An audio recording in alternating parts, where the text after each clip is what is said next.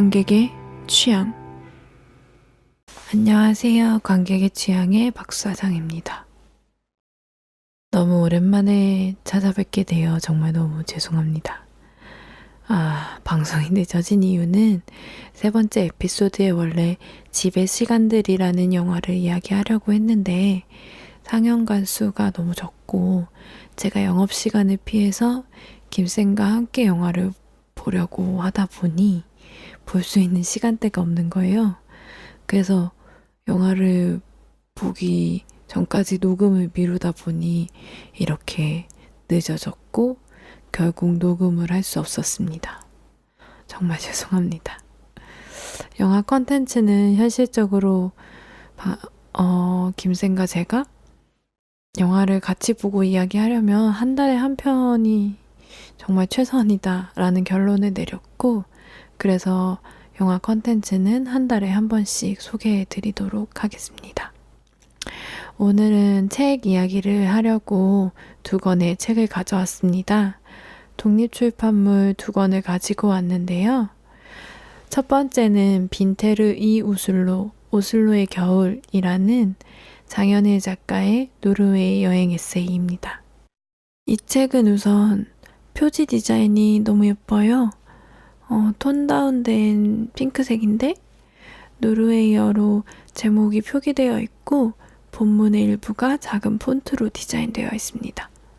에세이 형식으로 오슬로라는 도시를 소개한 책인데 여행 에세이 하면 꼭 가야 하는 곳 베스트, 맛집 베스트 이런 게 있는데 이 책은 그런 정보를 담고 있는 여행책이 아니라 오슬로라는 도시를 돌아다니며 작가가 보고 느낀 것, 그 도시가 가지고 있는 색깔과 감성, 그곳을 지키는 사람들에 대한 이야기가 담겨 있습니다. 본문의 일부를 김쌤이 읽어드리도록 하겠습니다. 볼륨을 높이시고 목소리에 집중해주세요. 색색의 아름다움을 뽐내던 하늘이 돌아가고 조명이 드문 곳엔 어둠이 차올랐다. 컴컴한 슬로프엔 나뿐이고 먼 발치서 빛이 어른거렸다. 이상했다. 저 멀리엔 스키장 불빛도 드문드문 지나가는 사람도 보이는데 내 옆엔 아무것도 없으니 두려움과 자유로움이 동시에 찾아들었다. 검게 숨어든 내 공간에서 이야기로만 전해 듣던 다른 세상을 훔쳐보는 느낌. 저곳으로 나갈까 말까 고민마저 하게 되는. 정신이 아득해지며 어떤 상상이나 반성 따위를 하게 되는 게 SF 감성 혹은 종교적 감동마저 있는 것이었다. 알았다. 노르웨이 사람들이 왜 주말마다 바지런을 피우는지. 집에서 텔레비전이나 보고 있지 않고 불편을 감수하며 떠나는지. 사람들은 자연에 파묻혀 멍해지고 싶은 것이다. 일상에 우리는 좋고 나쁜 수많은 감각과 생각에 노출된 채 살고 그건 늘 피곤을 동반한다. 좋은 건 너무 좋아 사라질까 두렵고 나쁜 건 너무 나빠 사라지지 않을까 두려우니까. 때론 내가 고작 이걸로 행복해도 괜찮은가, 고작 이걸로 불행해도 괜찮은가, 실체 없는 무엇과 끊임없이 비교하며 스스로를 괴롭히기도 한다. 그렇게 바짝 힘이 들어간 삶을 노르웨이 사람들은 그들의 숲에서 치유하는 것이었다. 열심과 노력의 나라에서 온 나는 슬로프를 내려오며 생각했다. 일상에도 힘을 조금 빼면 휴식 같은 삶이 될 수 있을까?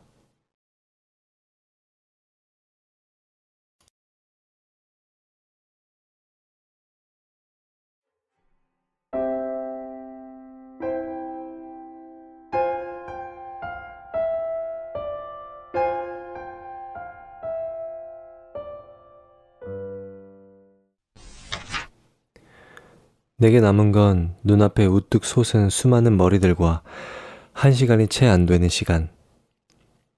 그 사이에서 나는 오만함을 죄목으로 영원히 고통받아야 했다. 노르웨이 특유의 여유로운 응대는 30분이 지난 후에도 나를 풀른 다음 블록에 서 있게 했고, 내 안에 끌어넘치는 빨리빨리의 피는 이미 기화 상태에 다다랐다. 알 수 없는 애국심마저 샘솟는 순간 그때였다. 도넛을 나눠주던 한 남자가 줄의 중간쯤 걸어와 무어라 외치기 시작했다. 위. 꽤 길었던 그의 말 중 알아들은 단어는 우리라는 뜻의 위뿐이었지만 나는 직감할 수 있었다. 그것은 강한 품절의 기운. 줄 서 있던 사람 중 얼마는 코웃음을 치거나 줄을 이탈했고, 그 옆으로 6개의 도넛 박스를 2상자씩 든 사람들이 사진을 찍고 있었다. 가진 자와 갖지 못한 자, 현대인의 삶 어디에도 존재하는 몹시 대조적인 모습이었다. 이때부터 나의 모든 걱정은 자연히 남은 시간보다 도넛의 잔량에 쏠리게 됐다. 40여 명의 사람의 남은 도넛은 50개 남짓. 구매에 어떤 제한도 걸지 않는 프리드팀.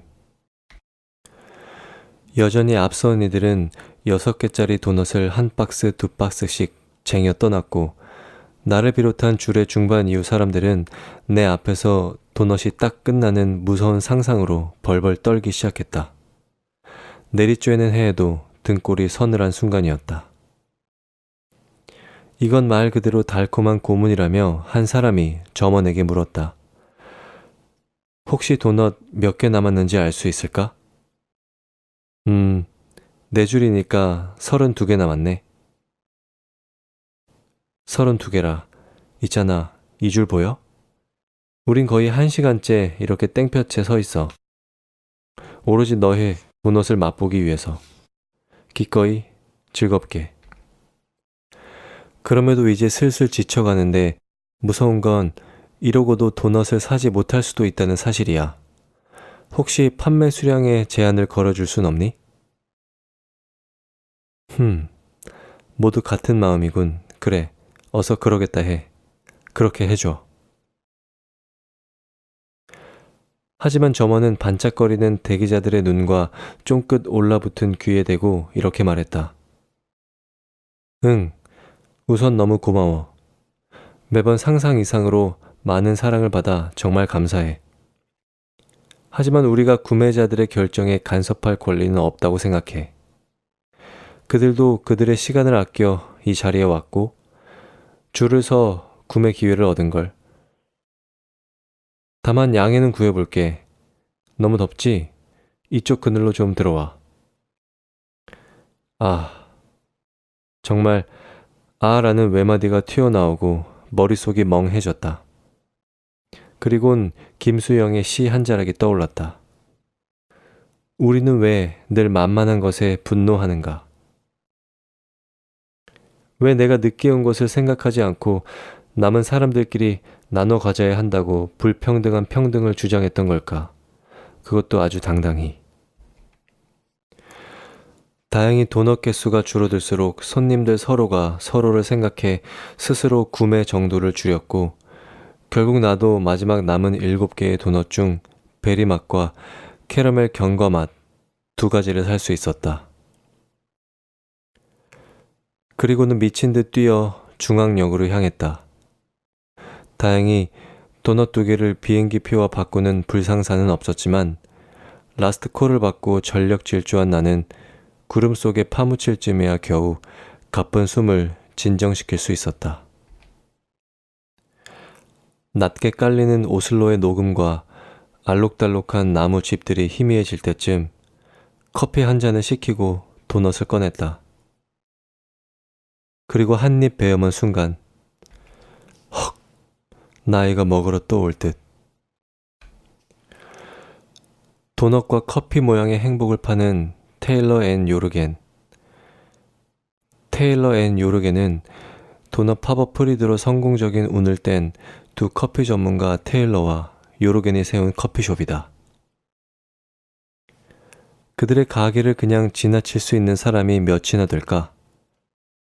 거리로 쏟아져 나오는 색색의 네온 사인 빛과 유리창 너머 들여다 보이는 통통하게 잘 부푼 도넛을 거부하는 건 여간 어려운 일이 아니다.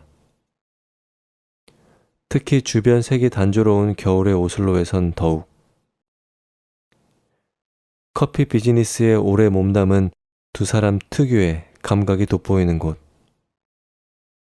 기본이 되는 커피 맛은 물론이고 곁들이는 도넛, 공간 디자인, 상품 포장까지 어느 하나 부족함 없는 테일러 앤 요르게는 오슬로에서 가장 인스타그래머블한 장소다. 하지만 이런 훌륭한 상품과 서비스보다 더 훌륭한 것이 있으니 바로 그들의 경영윤리다. 아래는 개점 초기 소셜미디어에 올라온 한 통의 글이다. 개점 초기부터 품절 대란에 일었던 가게에선 손님들의 불평이 끊이지 않았어. 왜 더 만들지 않냐고들 물었지. 아주 좋은 질문이야. 우리는 도넛 생산을 위해 갓 만들어진 팀이야. 테일러가 그녀의 모든 에너지를 쏟아 생산 체계 안정화를 위한 교육과 관리를 하고 있지만 시간이 걸리는 일이지. 게다가 우린 새벽 6시부터 오후 3시까지만 사용할 수 있는 아주 작은 부엌과 장비를 사용하고 있어.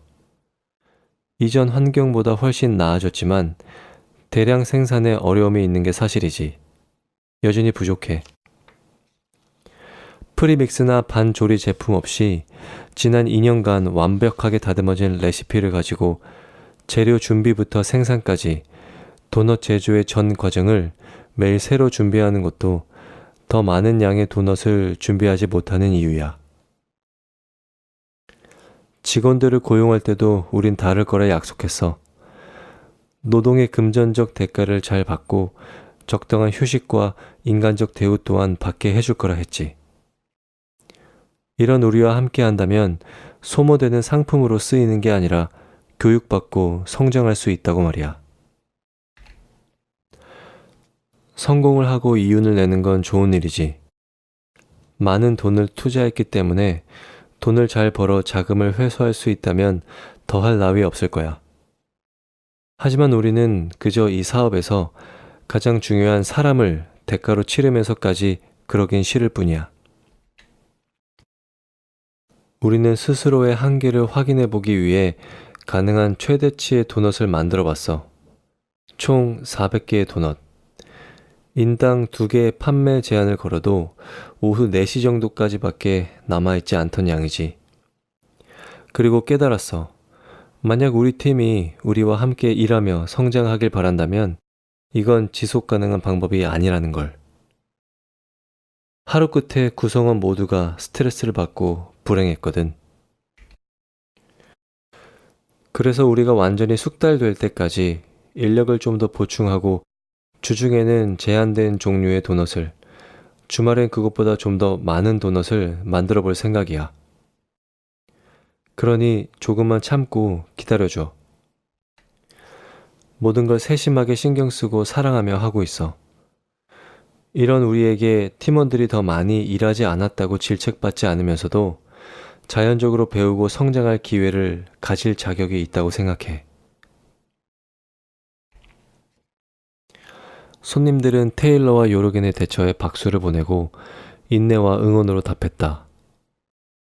자신들도 이곳의 손님임과 동시에 어느 사용자에 소속된 직원인데 테일러 앤 요르겐의 태도는 손님과 직원 모두에 훌륭했다는 반응이었다.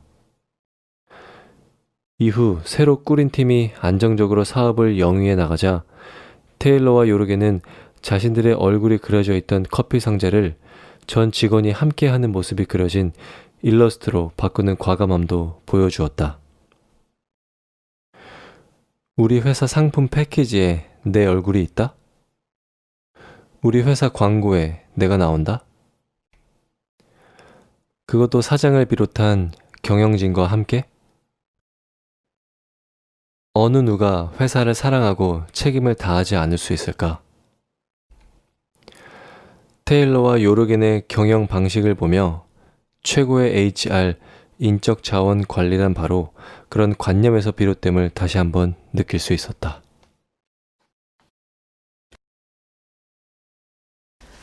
네, 이 책을 읽으니 한 번도 본 적 없고 꿈꿔본 적 없는 노르웨이의 겨울숲이 연상되었어요. 그리고 그 탁 트인 곳에서 홀로 서 있는 상상도 해보게 하는 책이었습니다.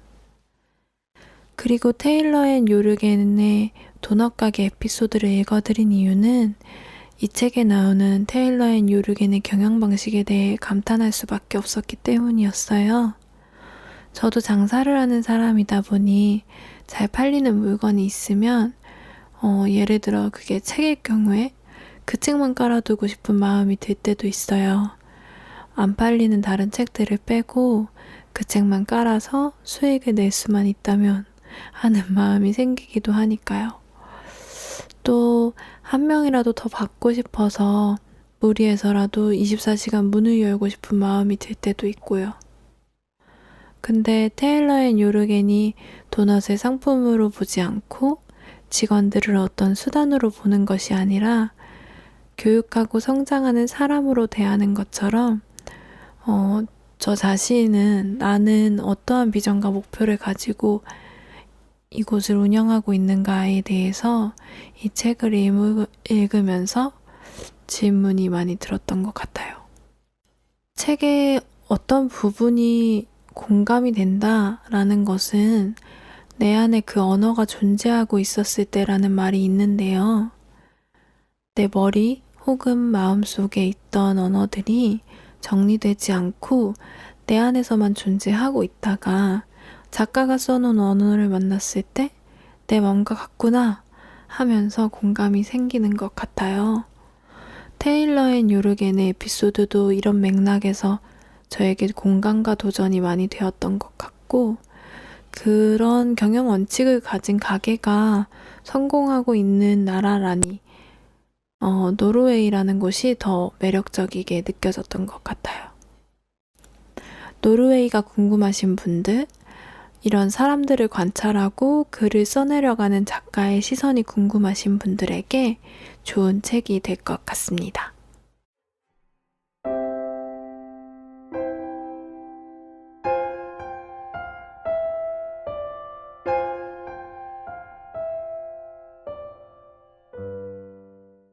네, 두 번째로 소개해드릴 책은 화제의 독립출판물 일간 이스라 숲의 집입니다. 저희 책방에서 올해 가장 많이 팔린 책이기도 하고 사실 나온 지는 얼마 안 됐는데 가장 많이 팔렸어요. 그래서 좀 소개를 해드릴까 하고 가지고 와봤는데요. 김쌤이 이 책을 읽고 인상 깊다고 골라온 에피소드 중에서 하나를 읽어드리도록 하겠습니다. 내 아빠의 이름은 상웅이다. 서로 상자와 수컷 웅자를 쓴다. 아빠의 이름을 생각할 때마다 엄마가 그를 부르는 음성이 자동으로 떠오른다. 상웅씨, 상웅씨 하는 목소리. 이응이 많은 이름이라 본의 아니게 콧소리가 섞여서 애교스러운 호명이 된다. 아빠는 1967년 명륜동의 한 산부인과에서 태어났다. 내색 없는 여자와 내색에 지나친 남자의 첫 아들이었다. 그는 웅이라고 불리며 무럭무럭 자랐다. 할아버지는 웅이가 초등학교도 들어가기 전 어느 날의 모습을 선명하게 기억하고 있다. 7살 무렵 웅이는 베이 과자를 무척 좋아했다. 시장에서 얇게 구워서 파는 갈색 과자 말이다. 할아버지는 가게에서 사 먹고 오라며 동전을 조금 쥐어주었고 웅이는 집을 나섰다. 그런데 어쩐지 해가 지도록 웅이가 돌아오지 않았다. 할아버지는 걱정이 되어서 밖에 나가보았다. 깜깜한 길을 한참 걷자 저 멀리 골목길 어귀 전봇대 밑에 어린 웅이가 서 있었다. 그는 밝은 조명 밑에서 뭔가를 유심히 읽고 있었다. 할아버지가 다가가서 자세히 보니 그것은 샌베이 과자가 담겨 있던 종이 봉투였다. 책장이나 페이지를 한 잔씩 떼어서 풀로 붙여 봉투로 쓰던 시절의 이야기다. 봉투를 붙이는 일을 부업으로 삼아 돈을 버는 사람들도 있었다. 웅이는 그 봉투에 적힌 재미난 이야기들을 읽느라 시간 가는 줄도 몰랐던 것이다. 할아버지는 청계천 팔가 헌 책방을 돌며 안데르센 동화 전집을 구했다. 아들들이 읽기 좋게 그림도 있고 글도 있는 걸로 사주고 싶었다. 양손에 잔뜩 들어도 다 들고 갈 수가 없어서 결국 용달차를 불러야 했을 만큼 많은 동화를 구매했다. 그 동화 전집을 죄다 읽은 건 첫째 아들인 아빠뿐이었다.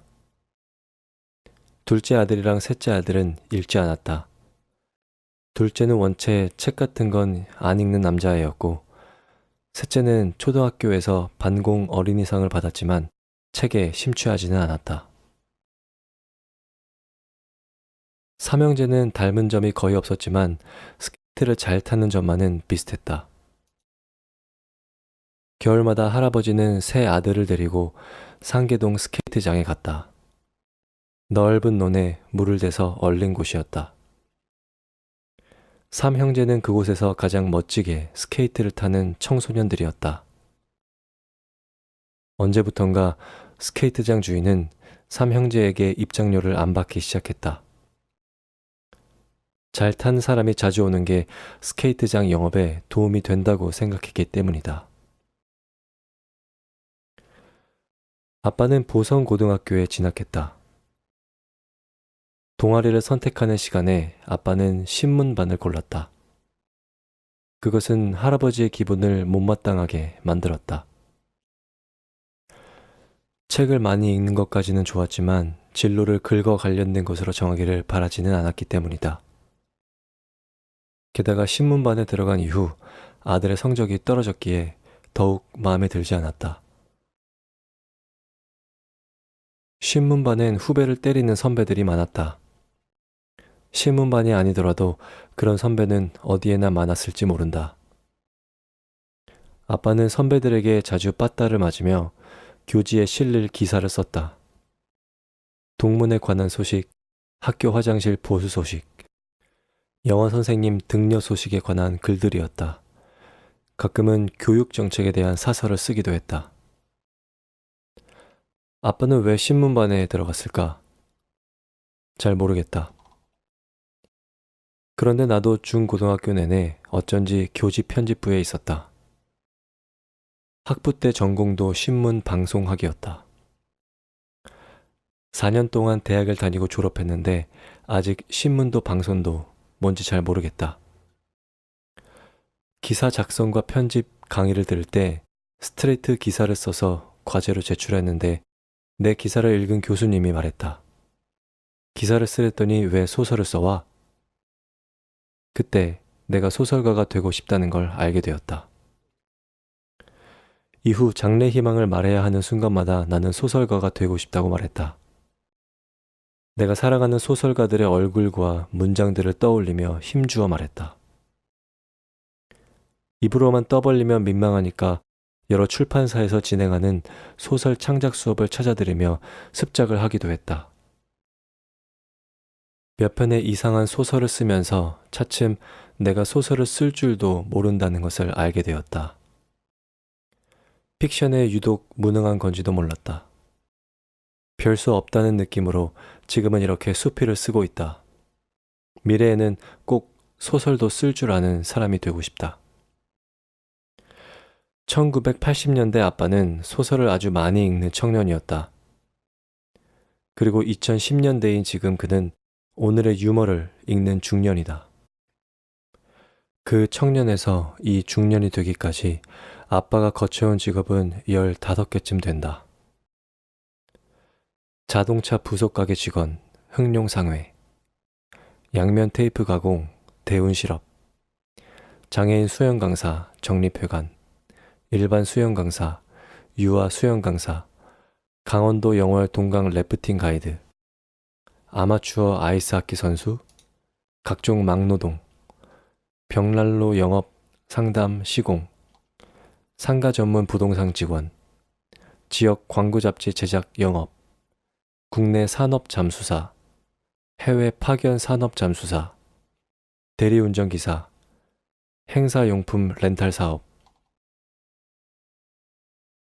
문학 청년이었던 그가 위 직업들을 통과하면서 몸과 마음이 어떻게 변해왔는지 나는 언젠가 꼼꼼히 듣고 기록해보고 싶다. 요즘 나는 아빠가 서 있는 모습을 물끄러미 볼 때가 많다. 아빠 뒷모습이 아직 젊다고 느껴져서다. 그의 길고 다부진 다리는 날씬하게 쪽 빠져 있고 그의 두피엔 아직 흰 머리가 없다. 그의 가방엔 다용도 맥가이버 칼과 일제 손톱깎이와 좋은 이쑤시개가 언제나 준비되어 있다. 플라스틱으로 된 그 이쑤시개의 한쪽 끝은 뭐든지 쑤셔버릴 것 같이 강한 검 모양이고 다른 한쪽 끝은 아주 샤프한 솔 모양이다. 한마디로 이와 이 사이에 어떤 성가신 이물질이 끼어 있든 간에 완벽히 제거할 수 있는 무적의 이쑤시개다. 아빠랑 같이 식사를 마친 날이면 나는 꼭 그걸 하나 달라고 요청한다. 그럼 그는 이쑤시개를 내 손에 건네며 말한다. 내가 진짜 아끼는 건데 딸이라서 한 개 나눠준다. 나는 피식 웃고 넘어간다. 아빠는 날마다 유머를 시도한다. 그의 유머는 대체로 길다. 그래서 대체로 실패한다. 기승전결이 있다는 게 문제일지도 모른다.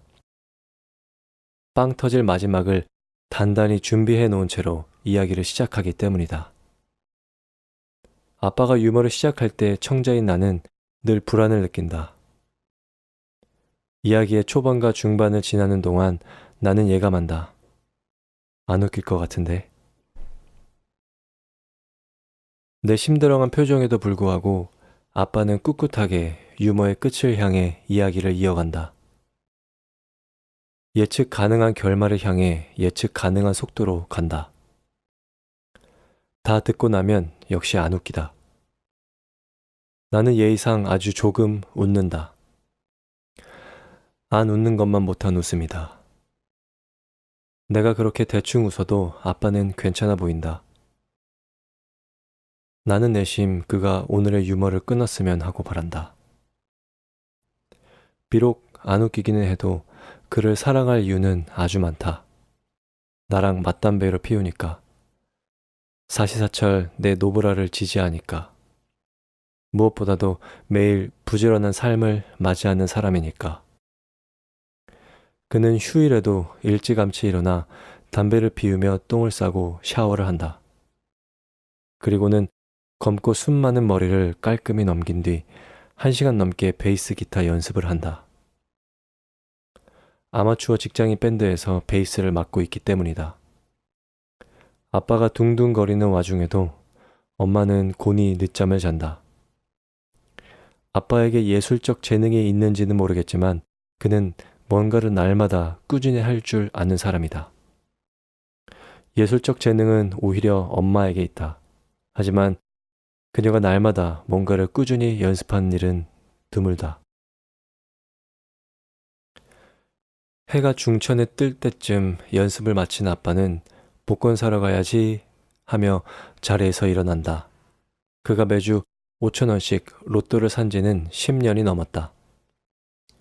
그에게 있어 희망이란 무엇일지 나는 잘 모르겠다. 현관문을 나서면서 아빠는 밖에 버려야 할 재활용 쓰레기를 2봉지 챙겨서 나간다. 내가 아는 희망은 오히려 거기에 있다. 재활용 쓰레기를 잘 분류하고 때맞춰 버리는 모습 말이다. 아빠가 현관문을 닫는 소리에 엄마가 깬다. 그녀는 느지막이 일어나 아침을 뚝딱 차린다. 이것은 주말 낮마다 반복되는 풍경이다.